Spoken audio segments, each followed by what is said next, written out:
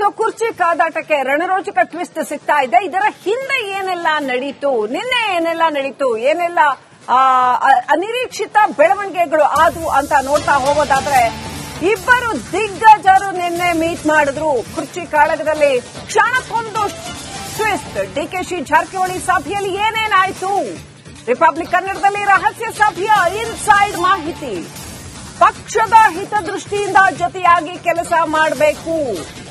ಸತೀಶ್, ನೀವು ಕಾರ್ಯಾಧ್ಯಕ್ಷರಾಗಿ ಕೆಲಸ ಮಾಡಿದ್ದೀರಿ, ಪಕ್ಷದ ಅಧ್ಯಕ್ಷರ ಬದಲಾವಣೆ ಬೇಕು ಅಂತ ನೀವು ಹೇಳಿದ್ದೀರಿ. ಹೆಚ್ಚುವರಿ ಡಿಸಿಎಂ ಹುದ್ದೆ ಬಗ್ಗೆಯೂ ಕೂಡ ನೀವು ಮಾತಾಡಿದ್ರಿ. ಆಗ್ಲೂ ನಾನು ಸುಮ್ಮನೆ ಇದ್ದೆ ಅಂತ ಡಿಸಿಎಂ ಡಿಕೆ ಶಿವಕುಮಾರ್ ಹೇಳಿದ್ದಾರೆ. ಅದಕ್ಕೆ ಸಣ್ಣಿಲ್ಲ ಇದೆ ಇನ್ಸೈಡ್ ಸ್ಟೋರಿ ತಿಳ್ಕೊಳ್ಳೋಣ. ನಮ್ಮ ಪ್ರತಿನಿಧಿ ಹನುಮಂತ್ ಲೈವ್ ಕನೆಕ್ಟ್ ಇದ್ದಾರೆ. ಹನುಮಂತ, ನೋಡಿ, ಕೆಪಿಸಿಸಿ ಅಧ್ಯಕ್ಷ ಹುದ್ದೆಯನ್ನ ಸತೀಶ್ ಜಾರಕಿಹೊಳಿ ಅವರಿಗೆ ಬಿಟ್ಟುಕೊಟ್ಟು ಡಿಕೆಶಿ ಸಿಎಂ ಆಗೋ ಸಾಧ್ಯತೆ ಇದೆಯಾ?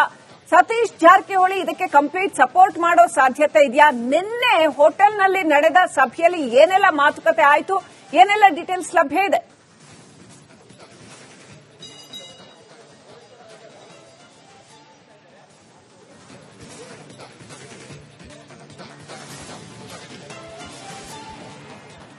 ಶ್ರೀಲಕ್ಷ್ಮಿ, ಇಲ್ಲಿ ಕೆಪಿಸಿಸಿ ಅಧ್ಯಕ್ಷದ ಸ್ಥಾನದ ಆಕಾಂಕ್ಷಿ ನಾನು ಅನ್ನುವಂತ ವಿಚಾರಕ್ಕೆ ಮತ್ತೆ ಅದರ ಹುದ್ದೆ ಮೇಲೆ ಕಣ್ಣಿಟ್ಟಿರುವಂತದ್ದು ಡಿಸಿಎಂ ಡಿಕೆ ಶಿವಕುಮಾರ್ ಅವರ ನಂತರದಲ್ಲಿ ನಾನು ಆಗಬೇಕು ಅನ್ನುವಂತ ನಿಲುವನ್ನ ಸತೀಶ್ ಜಾರಕಿಹೊಳಿ ಅವರು ಹೊಂದಿರುವಂತದ್ದು. ಮತ್ತೆ ಸಿಎಂ ವಿಚಾರಕ್ಕೆ ಬಂದಂತ ಸಂದರ್ಭದಲ್ಲಿ 2028ಕ್ಕೆ ನನ್ನ ಗುರಿ ಇದೆ ಅನ್ನುವಂಥದ್ದು ಬಹಳ ಆವಾಗ ನಾನು ರೇಸ್ ನಲ್ಲಿ ಇರ್ತೀನಿ ಅನ್ನುವಂತ ಮಾತನ್ನ ಹೇಳಿದ್ರು.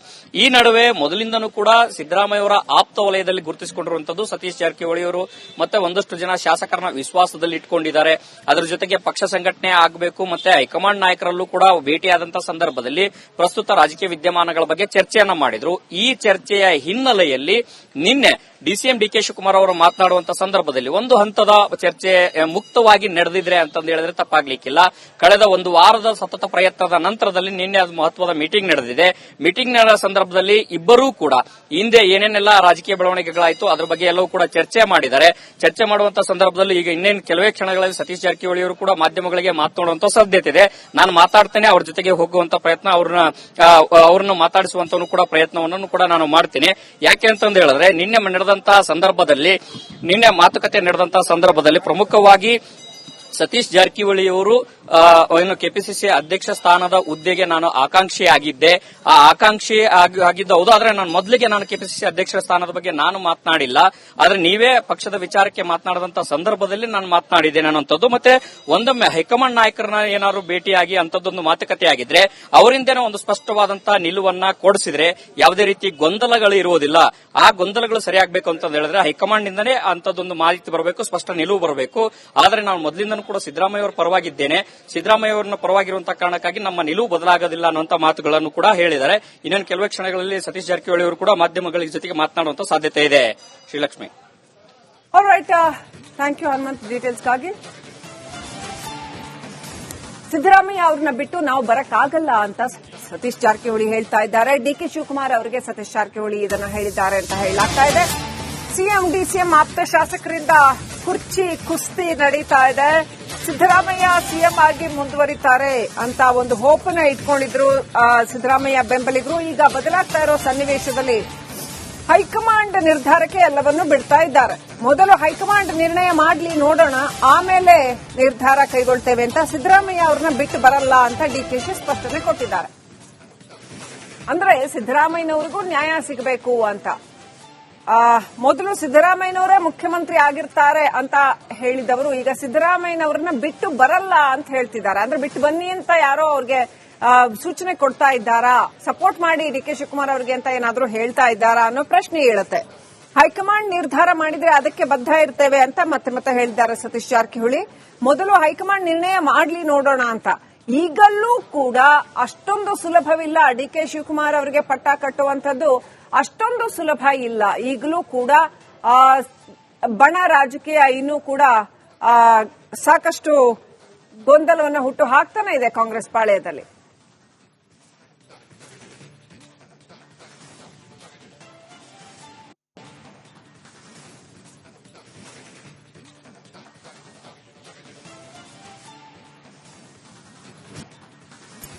ಸೊ ಕುರ್ಚಿ ಕಾದಾಟಕ್ಕೆ ರಣರೋಚಕ ಟ್ವಿಸ್ಟ್ ಸಿಗ್ತಾ ಇದೆ. ಇದರ ಹಿಂದೆ ಏನೆಲ್ಲ ನಡೀತು, ನಿನ್ನೆ ಏನೆಲ್ಲ ನಡೀತು, ಏನೆಲ್ಲ ಅನಿರೀಕ್ಷಿತ ಬೆಳವಣಿಗೆಗಳು ಆದವು ಅಂತ ನೋಡ್ತಾ ಹೋಗೋದಾದ್ರೆ, ಇಬ್ಬರು ದಿಗ್ಗಜರು ನಿನ್ನೆ ಮೀಟ್ ಮಾಡಿದ್ರು ಕುರ್ಚಿ ಕಾಳಗದಲ್ಲಿ.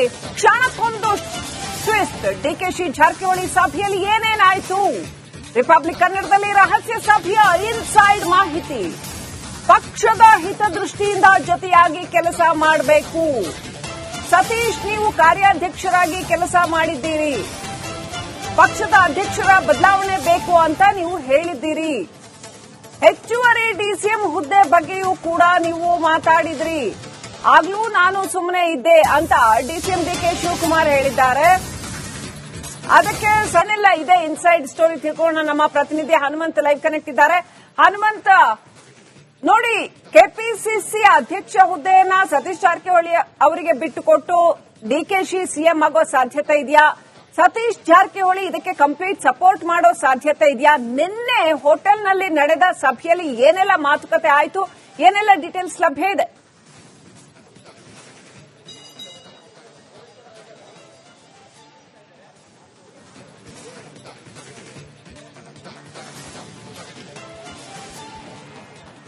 ಶ್ರೀಲಕ್ಷ್ಮಿ, ಇಲ್ಲಿ ಕೆಪಿಸಿಸಿ ಅಧ್ಯಕ್ಷದ ಸ್ಥಾನದ ಆಕಾಂಕ್ಷಿ ನಾನು ಅನ್ನುವಂತ ವಿಚಾರಕ್ಕೆ ಮತ್ತೆ ಅದರ ಹುದ್ದೆ ಮೇಲೆ ಕಣ್ಣಿಟ್ಟಿರುವಂತದ್ದು ಡಿಸಿಎಂ ಡಿಕೆ ಶಿವಕುಮಾರ್ ಅವರ ನಂತರದಲ್ಲಿ ನಾನು ಆಗಬೇಕು ಅನ್ನುವಂತ ನಿಲುವನ್ನ ಸತೀಶ್ ಜಾರಕಿಹೊಳಿ ಅವರು ಹೊಂದಿರುವಂತದ್ದು. ಮತ್ತೆ ಸಿಎಂ ವಿಚಾರಕ್ಕೆ ಬಂದಂತ ಸಂದರ್ಭದಲ್ಲಿ 2028ಕ್ಕೆ ನನ್ನ ಗುರಿ ಇದೆ ಅನ್ನುವಂಥದ್ದು ಬಹಳ ಅವಾಗ ನಾನು ರೇಸ್ ನಲ್ಲಿ ಇರ್ತೀನಿ ಅನ್ನುವಂತ ಮಾತನ್ನ ಹೇಳಿದ್ರು.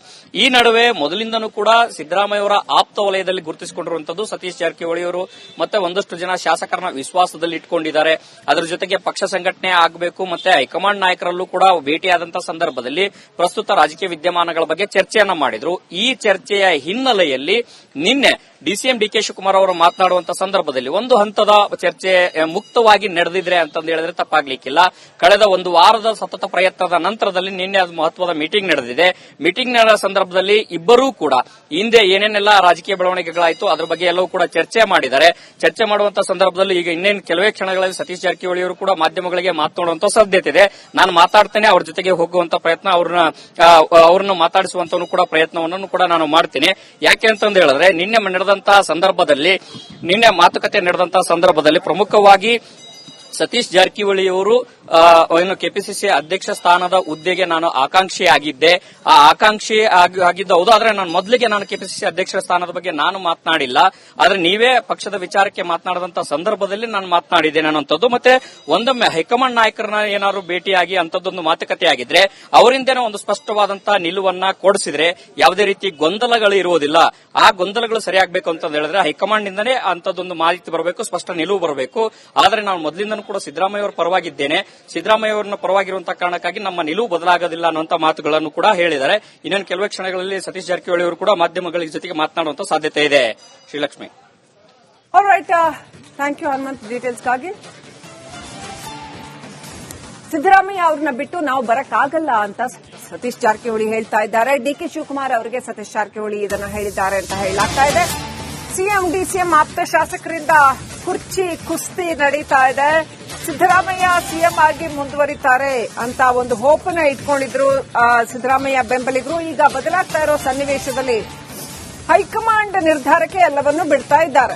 ಮೊದಲು ಹೈಕಮಾಂಡ್ ನಿರ್ಣಯ ಮಾಡ್ಲಿ ನೋಡೋಣ, ಆಮೇಲೆ ನಿರ್ಧಾರ ಕೈಗೊಳ್ತೇವೆ ಅಂತ ಸಿದ್ದರಾಮಯ್ಯ ಅವ್ರನ್ನ ಬಿಟ್ಟು ಬರಲ್ಲ ಅಂತ ಡಿಕೆಶಿ ಸ್ಪಷ್ಟನೆ ಕೊಟ್ಟಿದ್ದಾರೆ. ಅಂದ್ರೆ ಸಿದ್ದರಾಮಯ್ಯನವರಿಗೂ ನ್ಯಾಯ ಸಿಗಬೇಕು ಅಂತ. ಮೊದಲು ಸಿದ್ದರಾಮಯ್ಯನವರೇ ಮುಖ್ಯಮಂತ್ರಿ ಆಗಿರ್ತಾರೆ ಅಂತ ಹೇಳಿದವರು ಈಗ ಸಿದ್ದರಾಮಯ್ಯನವರನ್ನ ಬಿಟ್ಟು ಬರಲ್ಲ ಅಂತ ಹೇಳ್ತಿದ್ದಾರೆ. ಅಂದ್ರೆ ಬಿಟ್ಟು ಬನ್ನಿ ಅಂತ ಯಾರೋ ಅವ್ರಿಗೆ ಸೂಚನೆ ಕೊಡ್ತಾ ಇದ್ದಾರಾ, ಸಪೋರ್ಟ್ ಮಾಡಿ ಡಿಕೆ ಶಿವಕುಮಾರ್ ಅವರಿಗೆ ಅಂತ ಏನಾದ್ರೂ ಹೇಳ್ತಾ ಇದ್ದಾರಾ ಅನ್ನೋ ಪ್ರಶ್ನೆ ಹೇಳುತ್ತೆ. ಹೈಕಮಾಂಡ್ ನಿರ್ಧಾರ ಮಾಡಿದ್ರೆ ಅದಕ್ಕೆ ಬದ್ಧ ಇರ್ತೇವೆ ಅಂತ ಮತ್ತೆ ಹೇಳಿದ್ದಾರೆ ಸತೀಶ್ ಜಾರಕಿಹೊಳಿ. ಮೊದಲು ಹೈಕಮಾಂಡ್ ನಿರ್ಣಯ ಮಾಡ್ಲಿ ನೋಡೋಣ ಅಂತ.